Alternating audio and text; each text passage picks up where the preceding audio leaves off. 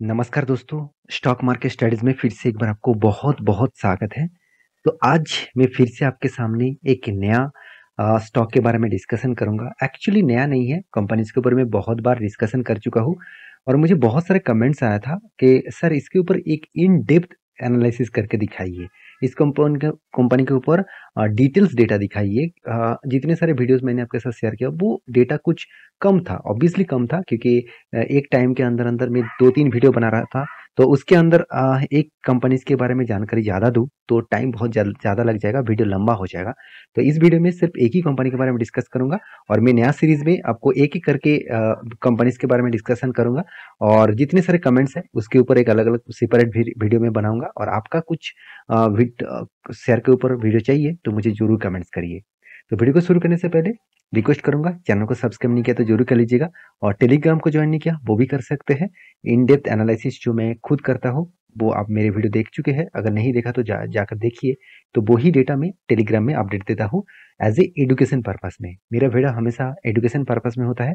कोई भी bye and cell का रिकमेंडेशन नहीं है क्योंकि मैं कोई सेबी रजिस्टर्ड पर्सन नहीं हूँ कि मैं आपको रिकमेंड करूँ कि इस कंपनी के ऊपर बाय करिए, सेल करिए। वो मेरा काम नहीं है। मेरा काम है आपको जानकारी देना। जानकारी लेकर आप खुद काम करेंगे तो आपको कॉन्फिडेंस भी मिलेगा और आपको स्टॉक मार्केट से लॉसेस भी कम हो जाएगा। तो चलो देख लेते हैं आज के कंपनीज के डिटेल्स के बारे में। तो कंपनी कौन सा है? सबसे पहले मैं बता दूं, कंपनी का नाम है ओलेक्ट्रा गिनटेक। तो ओलेक्ट्रा गिनटेक लिमिटेड। तो बहुत सारे कमेंट्स आ रहा था, सर ओलेक्ट्रा गिनटेक क्या मल्टीबैगर कंपनी बन सकते हैं? तो ऑब्वियसली मेरे हिसाब से कुछ पॉइंट्स मैं आपके साथ शेयर करूंगा, जो पॉइंट्स शायद आपको देखकर इस कंपनी के बारे में स्ट्रेंथ के पता चलेगा और मैं अंत में आपको बताऊंगा मेरा क्या टारगेट है। देखिए, जो टारगेट मैं बताऊंगा इसका मतलब ये नहीं कि वो टारगेट लेकर आप भी चले। तो मेरा जो टारगेट है वो मैं आपके साथ जरूर शेयर करूंगा। सबसे पहले बता दूं, कंपनी में 2023 में इस तरीके से 2023 में कुछ प्रेजेंटेशन कंपनी पेश किया है। उस प्रेजेंटेशन के बारे में ही डिस्कशन करूंगा।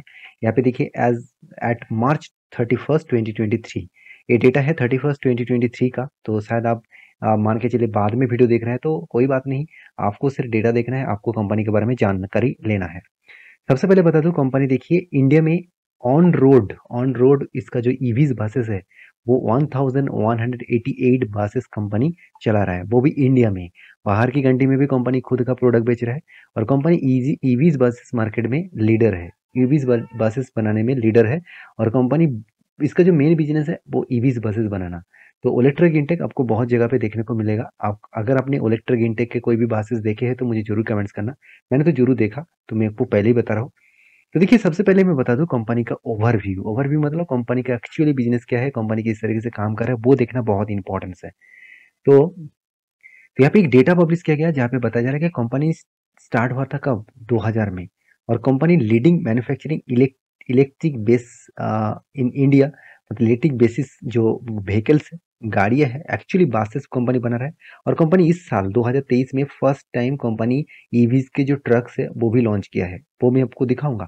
और यहाँ पे आप देखेंगे तो कंपनी मोर देन 7 ईयर्स का एक्सपीरियंस है मैन्युफैक्चरिंग का। और वो भी आप देखें तो कमर्शियल जो ईवीज बसेस है उसका 7 साल का कंपनी का एक्सपीरियंस है, ये भी बता रहा है।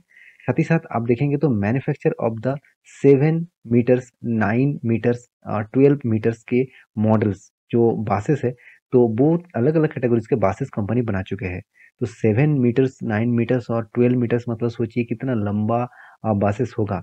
तो मैंने इस तरीके से बासेस देखे हैं ऑन रोड में। तो यहाँ पे देख सकते हैं कंपनी का एक्सपेंस जो है, मतलब कंपनी जो एक्सपेंस करते हैं खुद के प्रोडक्ट के ऊपर, वो है ई मोबिलिटी के ऊपर। ई मोबिलिटी सेगमेंट्स, मतलब इलेक्ट्रिक बसेस सेगमेंट के ऊपर कंपनी सबसे ज़्यादा एक्सपेंस करते हैं। तो आप कहेंगे सर कंपनी का सिर्फ क्या इलेक्ट्रिक बसेस का ही बिजनेस है? ऐसे बिल्कुल भी नहीं।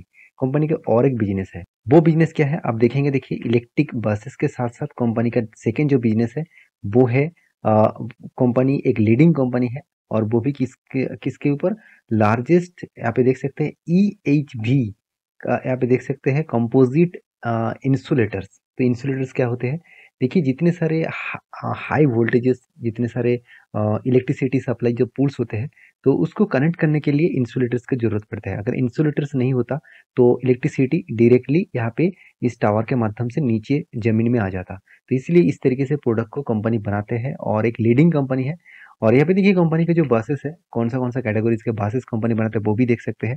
कंपनी फर्स्ट टाइम ट्रक्स भी लॉन्च कर चुके हैं। और मेरे हिसाब से कंपनी जिस बेसिस में काम कर रहा है, जिस तरीके से तेजी से काम कर रहे हैं, अगले कुछ ईयर्स में अच्छा खासा ग्रोथ जरूर दिखाएगा। कंपनी देखिए यहाँ पे आप देख सकते हैं जो ई टेपर्स है और मतलब ट्रक जैसे है, उस तरीके से ट्रक्स के साथ साथ यहाँ पे देख सकते हैं कंपनी हेवी जो बसेस है वो यहाँ पे देख सकते हैं 150 किलोमीटर रेंज का बसेस है, 180 से 220 किलोमीटर के रेंज के बसेस है, 300 किलोमीटर का बसेस है और 300 किलोमीटर का अलग एक बसेस है। तो इसका मतलब इसका हाई रेंज का बसेस है। 300 किलोमीटर मतलब सोचिए कितना लंबा जर्नी कंपनी दिखा सकते हैं। तो कंपनी की जो जर्नी है, कंपनी ई बसेस का जो जर्नी किया, स्टार्टेड किया ई बसेस का जो डिवीजन है 2015 से, और 2023 तक कंपनी का जो ईवीज बसेस बढ़ते बढ़ते हो गया। आप देखेंगे कंपनी स्टार्ट किया था कब, 2016 में फर्स्ट 6 बसेस लॉन्च किया, उसके बाद 2017 में 25, इस तरीके से बढ़ते बढ़ते आज कंपनी इस साल में 615 बसेस लॉन्च किए 2023 में, और पिछले साल में 2600 बसेस के लॉन्च किए थे। तो ओवरऑल कंपनी को जो आप देख सकते हैं, कंपनी का जो ऑर्डर है अभी 3300, करीबन 400, 3400 के आसपास टोटल यहाँ पे ऑन हैंड ऑर्डर कंपनी को मिल चुके हैं। तो मैं पहले भी बोल चुका हूँ, कंपनी सिर्फ इंडिया में नहीं, बाहर की कंट्री से भी बसेस का ऑर्डर्स मिल रहा है। और उसमें 7 मीटर्स, 9 मीटर्स और 12 मीटर्स के अलग अलग एसी बसेस कंपनी का ऑर्डर्स भी मिले हैं। तो अभी देखिए कंपनी कहाँ-कहाँ पे कंपनी काम करे वो भी देख सकते हैं। इंडिया में कंपनी करीबन खुद का जो प्रेजेंस है वो 4% के आसपास। चाइना में भी कंपनी बिजनेस कर रहा है। मतलब चाइना में बिजनेस नहीं कर रहा है, कंपनी का मतलब इलेक्ट्रिक बसेस का जो प्रेजेंस है, अब देखेंगे तो इंडिया में प्रेजेंस सिर्फ के सिर्फ 4% है, जहाँ पे चाइना में सबसे ज़्यादा है, 26% ईवीज बसेस है। और देखा जाए तो यूरोप में 6% और अमेरिका में सिर्फ 1%। तो जियोग्राफिकली देखा जाए तो चाइना बहुत ज़्यादा डेवलप कंट्री है, और इस बेसिस में चाइना में बहुत ज़्यादा ईवीज बसेस चलते हैं। तो इंडिया भी सेकेंड, थर्ड पोजीशन में है यूरोप कंट्रीज के बाद। तो मुझे लगता है इंडिया भी बहुत तेजी से ग्रोथ कर रहा है, जो बाकी कंट्रीज को वो टक्कर दे पाएंगे। तो अभी कंपनी के बसेस कहाँ-कहाँ पे आपको दिखेगा, देखिए पुणे में दिखेगा, हैदराबाद में दिखेगा, हिमाचल प्रदेश में दिखेगा, साथ ही साथ मुंबई में दिखेगा, साथ ही साथ गुजरात और केरला में दिखेगा। तो अलग-अलग सिटीज़ में जो सरकारी बसेस है उसमें दिखेगा। साथ ही साथ आप देखेंगे अलग-अलग जगह पे भी है, नागपुर है, सूरत है, साथ ही साथ और भी देखिए अलग-अलग तिरुपति में है, पंजिम में है। तो अलग-अलग जगह पे कंपनी का बसेस आपको दिखेगा। तो मेरे कहने का मतलब है कंपनी का जो बिज़नेस मॉडल्स है वो बहुत तेजी से फैल रहा है और बहुत तेजी से कंपनी ग्रोथ कर रहा है। और अभी कंपनी के जो बिजनेस है वो आपको फाइनेंशियली मैं आपको डेटा दिखा दूंगा। तो देखिए सबसे पहले मैं फाइनेंशियल डेटा जो आपको दिखाऊंगा, सबसे पहले कंपनी का सेल्स ग्रोथ। तो सेल्स ग्रोथ का मतलब है कंपनी किस तरीके से सेल्स कर रहा है। देखिए हाईएस्ट सेल्स ग्रोथ देखने को मिला एक साल में 110% के ऊपर सेल्स ग्रोथ देखने को मिला, 3 साल में 26% के आसपास और 5 साल में 41% के आसपास। इसका मतलब कंपनी में हाईएस्ट सेल्स ग्रोथ यहाँ पे देखने को मिला है। और इस सेल्स ग्रोथ के हाईएस्ट ग्रोथ होने के कारण कंपनी में एक शानदार मोमेंटम देखने को मिला। और प्रॉफिट ग्रोथ के बारे में बात करूं, कंपनी में धमाका जैसा प्रॉफिट किया। सेल ग्रोथ जिस तरीके से ग्रोथ किया उस तरीके से प्रॉफिट ग्रोथ भी बढ़ा, और मेरे हिसाब से और भी ज़्यादा बढ़ने वाला है, क्योंकि कंपनी को बहुत बड़ा ऑर्डर भी मिल चुके हैं। करीबन 3400 के ऑर्डर कंपनी को मिला है। तो मेरे हिसाब से और भी ज़्यादा सेल्स ग्रोथ और प्रॉफिट ग्रोथ भी बढ़ेगा। हाँ, एक वीकनेस है कंपनी का, वो है आरओई एंड आरओसी। दोनों में अगर अंतर दिखे तो आप एक चीज देखना, कंपनी के 5 साल में जो डेटा है, 5 साल का डेटा बता रहा है कि कंपनी का आरओसी एंड आरओई अभी एक साल में तो ठीक है, मगर बाकी साल में कंपनी का हालत खराब है। आरओसी भी बहुत खराब पोजीशन में है। मैं जरूर मानता अगर 15% के आसपास होता तो मैं एक अच्छा खासा मान लेता। तो कंपनी ने बिजनेस तो अच्छा कर रहा है, मगर return of equities and return of capital employed दोनों ही ठीक ठाक नहीं है, मेरे हिसाब से ठीक ठाक नहीं है। बाकी एक छोटा कंपनी है, तो उस बेसिस में कंपनी के ऊपर तो इस तरीके से चलते रहेंगे। डेप्थ एकदम जीरो डेप्थ है, कंपनी इस चीज को बहुत अच्छी तरीके से मेंटेन किया। प्राइस टू कैश फ्लो, तो मतलब कैश फ्लो कंपनी के हाथ में अच्छा खासा कैश फ्लो भी मेंटेन हो रहा है। साथ ही साथ इंटरेस्ट कवरेज रेशियो, देखिए इंटरेस्ट कवरेज रेशियो बहुत ज्यादा मुझे लगा। इंटरेस्ट कवरेज रेशियो का मतलब होता है कि कंपनी इसमें कितना पैसा लगाकर कंपनी कितना पैसा यहाँ पे अर्निंग कर रहा है। तो एक्चुअली कंपनी जो जितना इंटरेस्ट पेमेंट कर रहा है उस इंटरेस्ट से कंपनी 6.5% के अर्निंग यहाँ पे कर रहा है। तो अच्छी बात है, कोई खराब नहीं है, शानदार परफॉर्मेंस है। तो CFO and paid ratio zero है। कोई बात नहीं, 1% के नीचे हो तो अच्छा माना जाता है। तो अभी कंपनी के प्रॉफिट एंड लॉस के बारे में बात करूँ, देखिए कंपनी का सबसे पहले दिखा दूं सेल्स। देखिए सेल्स के बारे में बात करूं तो कंपनी देखिए हर साल में खुद का जो सेल्स है वो इंक्रीज कराता चला गया। ऐसे नहीं कि एक भी साल में आपको ये नहीं दिखेगा कि कब कंपनी ने सेल नहीं किया। और फर्स्ट टाइम 2023 में फर्स्ट टाइम कंपनी 1000 को भी क्रॉस किया। तो कंपनी एक्सपेंस को भी मेंटेन किए और उसके बाद कंपनी के देखिए ऑपरेटिंग प्रॉफिट भी अच्छा खासा देखने को मिला। तो कोविड के पहले जब ऑटो सेक्टर में स्लो डाउन था उस टाइम में कंपनी ने लॉस किए थे, उसके बाद आज तक कंपनी लॉसेस की मतलब लॉसेस की तरफ से नहीं देखा। तो कंपनी जो प्रॉफिट नेट प्रॉफिट दिखा है तो कंटिन्यूसली वो जर्नी इस तरीके से दिखाया और यहाँ पे भी दिखाया। देखिए कंपनी हाईएस्ट प्रॉफिट जनरेट किया और कंपनी देखिए हाईएस्ट सेल्स भी किया, प्रॉफिट भी किया और रिटर्न ऑफ इक्विटी तो मैं पहले बोल चुका हूँ उतना खास नहीं है, मगर आपको धमाका जैसा रिटर्न दिया। तो कंपनी की जो रिटर्न का जो परफॉर्मेंस है वो बहुत शानदार है मेरे हिसाब से। और उस बेसिस में कंपनी के ऊपर एज ए इन्वेस्टर आप देखेंगे इन्वेस्टर के बारे में तो प्रोमोटर के पास सबसे ज़्यादा होल्डिंग्स है 50%। और उसके बाद देखिए पब्लिक ने उठा लिया माल 41%। उसके बाद एफ के पास भी 8% और डीएस के पास भी 1%। अगर यही चीज़ मैं इन डेप्थ आपको दिखा दूँ तो देखिए एफ ने क्या किया 3% से डायरेक्टली माल उठाकर अभी 8.5 से 9% तक पहुंचाया। और उसके बाद देखिए डीएस ने क्या किया, डीएस ने भी होल्डिंग्स उठाया, छोटा मोटा होल्डिंग्स। तो यहाँ एफ ने थोड़ा सा स्टेक बेचा क्योंकि स्टॉक जिस तरीके से तेजी से ग्रोथ करा था और जिस तरीके से तेजी से भागा, मेरे हिसाब से कभी ना कभी तो प्रॉफिट बुकिंग होगा और प्रॉफिट बुकिंग होने के कारण यहाँ पे माल बेचा गया, छोटा मोटा क्वांटिटी यहाँ पे बेचा गया। तो अभी जो पॉइंट्स दिखाऊंगा वो सबसे ज्यादा इंपॉर्टेंस है, इस पॉइंट को आपको मिस नहीं करना चाहिए। देखिए सबसे पहले शेयर कैपिटल, मतलब जितने सारे लोगों के पास शेयर है उस शेयर कैपिटल टोटल कितना है 33 है। और पिछले पहले कितना था 14 था। और अभी रिजर्व कितना है कंपनी के पास, रिजर्व देखिए बढ़ते बढ़ते आज 800 करोड़ तक पहुंच गया। इसका मतलब रिजर्व में एक बहुत शानदार मैसिव जंप देखने को मिला। और बोरिंग्स के बारे में बात करूं तो कंपनी में बोरिंग्स भी कम होता गया, मगर इस साल में कंपनी ज्यादा कर्जा लिया, डबल से भी ज्यादा। तो डबल से भी ज्यादा कर्जा लेने का कारण क्या है वो भी तो जानना है। कारण यही है कि कंपनी को जो ऑर्डर मिला, इस ऑर्डर को कंपनी इस ऑर्डर को फाइनली डील करने के लिए, फाइनली काम करने के लिए कंपनी के हाथ में तो पैसा होना चाहिए। तो एक्चुअली कंपनी के हाथ में जो पैसा है उस पैसे से कंपनी काम पूरा का पूरा नहीं कर पाएंगे, तो इसलिए कंपनी ने क्या किया कर्जा ले लिया। तो कोई बात नहीं, कर्जा तो लेते रहेंगे। आपको ये देखना है कर्जा लेने के बाद कंपनी ने सब कुछ प्रॉफिट एंड लॉस में क्या कर रहा है। तो प्रॉफिट लॉस तो ठीक ठाक ही है, फिक्स एसेट भी बढ़ते जा रहा है। और एक पॉइंट्स मैं आपको बता दूं कंपनी को जो इस बार ट्रेड मिला, तो मैं पहले भी मेंशन किया हूँ, इस बार डबल के आसपास कंपनी को ट्रेड मिला, 630 करोड़ के आसपास कंपनी को ट्रेड मिला। और कंपनी शॉर्ट टर्म में जो लोन लेकर रखा वो करीबन 5 करोड़ के आसपास है। कोई बात नहीं, इस कर्ज मतलब लोन को वो इजीली चुका सकते हैं। तो कंपनी में कैश फ्लो में देखिए एक time company cash flow negative में था कोविड के पहले, जब मतलब ऑटो सेक्टर में स्लो डाउन था। उसके बाद कोविड में भी लॉस था, उसके बाद देखिए कंपनी ने पीछे मुड़ के नहीं देखा, कंटिन्यूसली कंपनी कैश फ्लो को मेंटेन कर रहा है।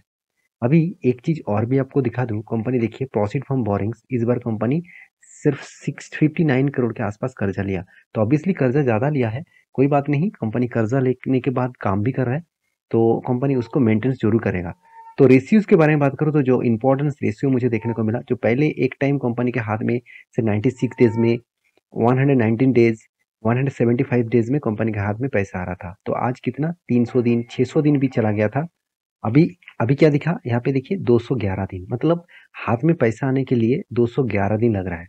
तो जिसको कंपनी ने माल बेचा उन्होंने पैसा वापस किया कितने दिनों में, 211 दिनों में। तो टाइम ज्यादा लग रहा है, यहाँ पे कंपनी के ऊपर प्रेशर बनेगा। छोटे कंपनी के ऊपर अगर लेट से पेमेंट आया तो कंपनी के ऊपर प्रेशर बनेगा। तो यहाँ पे देखिए इन्वेस्टर के बारे में बात करूँ तो इन्वेस्टर में देखिए सॉरी इन्वेंटरी डे के बारे में बात करूँ तो कंपनी फटाफट प्रोडक्शन करना स्टार्ट कर दिया।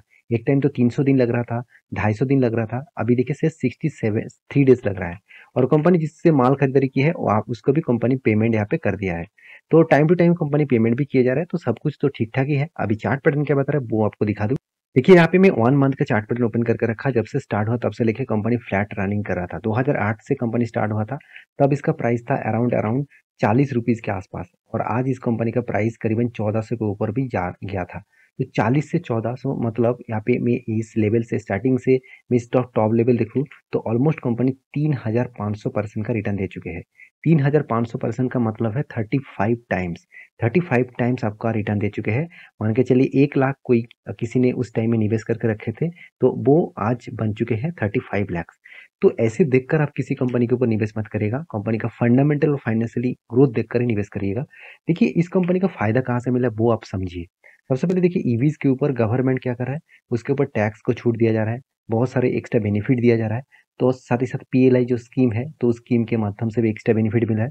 तो सब कुछ इस बेनिफिट के कारण आज ईवीज़ मार्केट तेज़ी से ग्रोथ कर रहा है। क्योंकि आप देख चुके हैं चाइना मार्केट कितना बड़ा मार्केट कर चुके हैं, तो उस बेसिस में इंडिया को भी बहुत बड़ा मार्केट बनाना है। तो मेरे हिसाब से ओलेक्ट्रा गिनटेक फ्यूचर में एक मल्टीबैगर रिटर्न बनने का कैपेबिलिटी रखते हैं।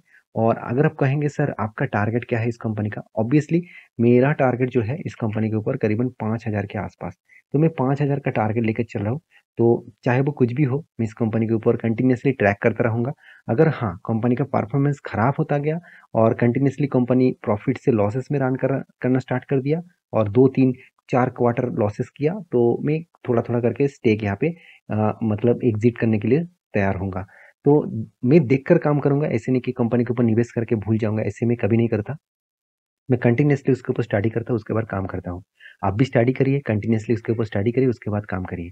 तो आई होप वीडियो आपको अच्छा लगे, तो प्लीज़ एक लाइक करना और चैनल को सब्सक्राइब भी करना, इस तरीके से इन्फॉर्मेशन और अपडेट्स पाने के लिए। तो आपको कौन-सा स्टॉक के ऊपर डिटेल्स वीडियो चाहिए, तो मुझे ज़रूर कमेंट्स करना। वीडियो अच्छा लगे, तो प्लीज़ दोस्तों के साथ शेयर भी करना। मिलते हैं नेक्स्ट वीडियो में, तब तक के लिए अच्छे से रहिए, अपना ख्याल रखिए। बाय-बाय।